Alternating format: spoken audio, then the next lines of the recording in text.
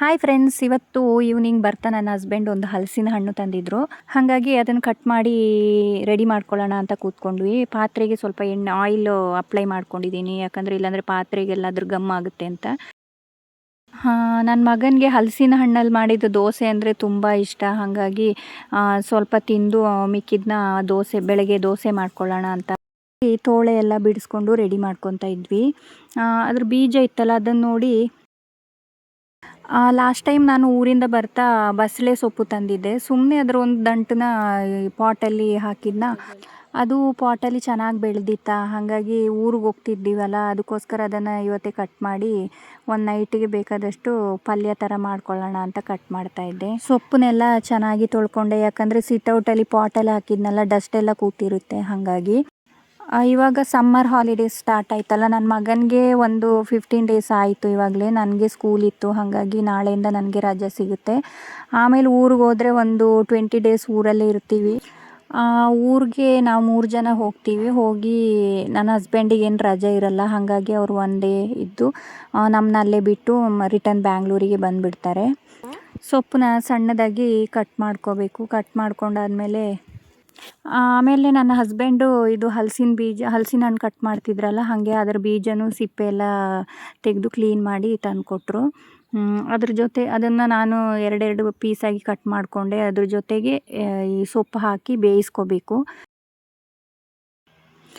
ಜೊತೆಗೆ ಸ್ವಲ್ಪ ಉಪ್ಪು ಮತ್ತು ಅರಿಶಿಣ ಹಾಕ್ಕೊಂಡಿದ್ದೀನಿ.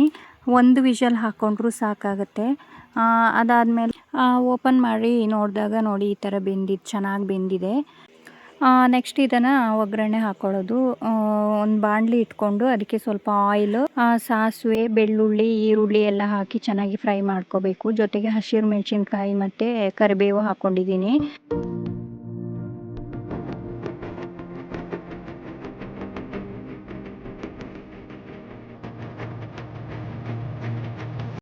ಇವಾಗ ಸ್ವಲ್ಪ ಅದಕ್ಕೆ ಉಪ್ಪು ಹಾಕೋಬೇಕು. ಅದಾದಮೇಲೆ ಮತ್ತೆ ಮಿಕ್ಸ್ ಮಾಡಿಕೊಂಡು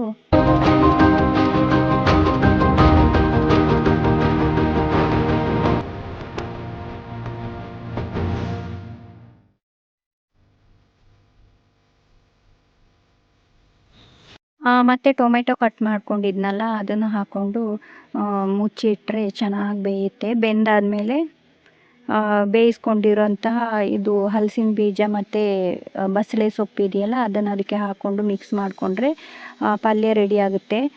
ತೆಂಗಿನ ತುರಿ ಹಾಕ್ಕೊಂಡಿದ್ದೀನಿ.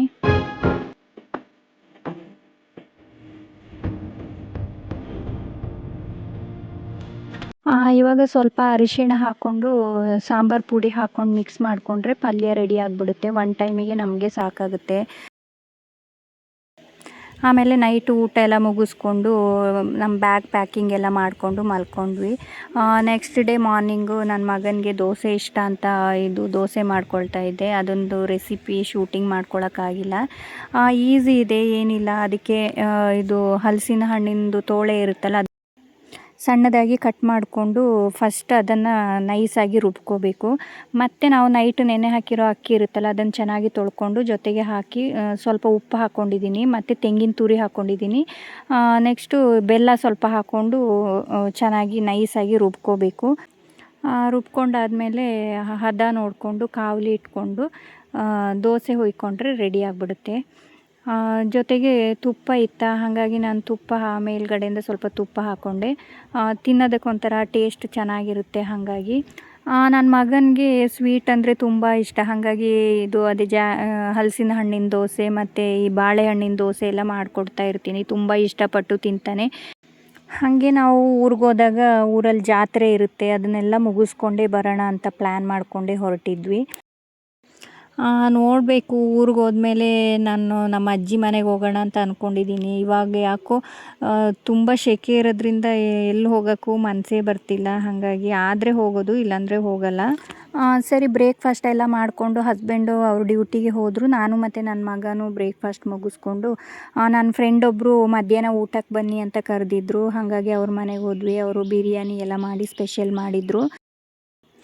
ಲಂಚ್ ಎಲ್ಲರೂ ಸೇರಿ ಮುಗಿಸ್ಕೊಂಡು ಮತ್ತೆ ನಾವು ಅಲ್ಲೇ ಒಂದು 2-3 ಅವರ್ಸ್ ಟೈಮ್ ಸ್ಪೆಂಡ್ ಮಾಡಿ ಈವ್ನಿಂಗ್ ಬಂದು ಅಷ್ಟೊತ್ತಿಗಾಗಲೇ ನನ್ನ ಹಸ್ಬೆಂಡು ಅವರು ನಮ್ಮ ಕಾರ್ನ ಕಂಪ್ನಿಯಲ್ಲಿ ಇಡ್ತಾರೆ, ಅಲ್ಲಿಂದ ತಗೊಂಡು ಬಂದಿದ್ದರು. ಲಗೇಜ್ ಎಲ್ಲ ಬ್ಯಾಗಿಗೆ ಕಾರ್ಗೆ ತುಂಬಿಕೊಂಡು ಮತ್ತೆ ರೆಡಿಯಾಗಿ ಹೊರಡ್ಬೇಕಾದ್ರೆ ಒಂದು 7:30 ಹಾಗೆ ಆಗಿತ್ತು ಈವ್ನಿಂಗು. ಬರ್ತಾ ನನ್ನ ಫ್ರೆಂಡು ಒಂದು ಬಾಕ್ಸಲ್ಲಿ ಬಿರಿಯಾನಿ ಕಬಾಬು ಎಲ್ಲ ಬಾಕ್ಸಲ್ಲಿ ಪ್ಯಾಕ್ ಮಾಡಿ ಕೊಟ್ಟಿದ್ರ, ಅದನ್ನೇ ತಿಂದ್ಕೊಂಡ್ವಿ ನೈಟು. ಹೋಟೆಲ್ಗೇನು ಹೋಗಿಲ್ಲ, ಮಧ್ಯಾಹ್ನ ತಿಂದಿದ್ದೇ ಕರಗಿರಲಿಲ್ಲ, ಹಾಗಾಗಿ ಅದರಲ್ಲಿ ನಮ್ಮ ಡಿನ್ನರು ಕಳೀತು. ಅದಾದಮೇಲೆ ನೈಟ್ ಬರ್ತಾ ಮನೆ ರೀಚ್ ಆಗಬೇಕಾದ್ರೆ 1:30 1:45 ಏನೋ ಆಗಿದೆ. ವಿಡಿಯೋ ಎಡಿಟ್ ಆದರೂ ನನ್ನ ಮಗ ವಾಯ್ಸ್ ಓವರ್ ಕೊಡೋಕ್ಕೆ ಬಿಡಲ್ಲ, ಹಾಗಾಗಿ ಇವಾಗನೂ ಕಷ್ಟಪಟ್ಟು ಕೊಟ್ಟಿದ್ದೀನಿ. ಮಿಡಲಲ್ಲಿ ಬಂದು ನೋಡಿ ನನ್ನ ಮಗ ಮಾತಾಡ್ತಾನೆ. ಅಪ್ಪ ನಾವು ಊರಲ್ಲಿ ಹೋಗ್ತಿದ್ವಿ, ಆವಾಗ ನನ್ನ ಅಪ್ಪ ಬೈತಿದ್ರು, ಆಚೆ ಹೋಗ್ಬೇಡ, ಅದು ದೂರ ಹಾಕ್ಬೇಡ, ನಾವು ಗುದ್ದೋಗ್ತಿದ್ವಿ ಬೈದಿದ್ದು. ಯಾವಾಗ ಬೈದಿದ್ದು ನಂಗೆ ಗೊತ್ತಿಲ್ಲ.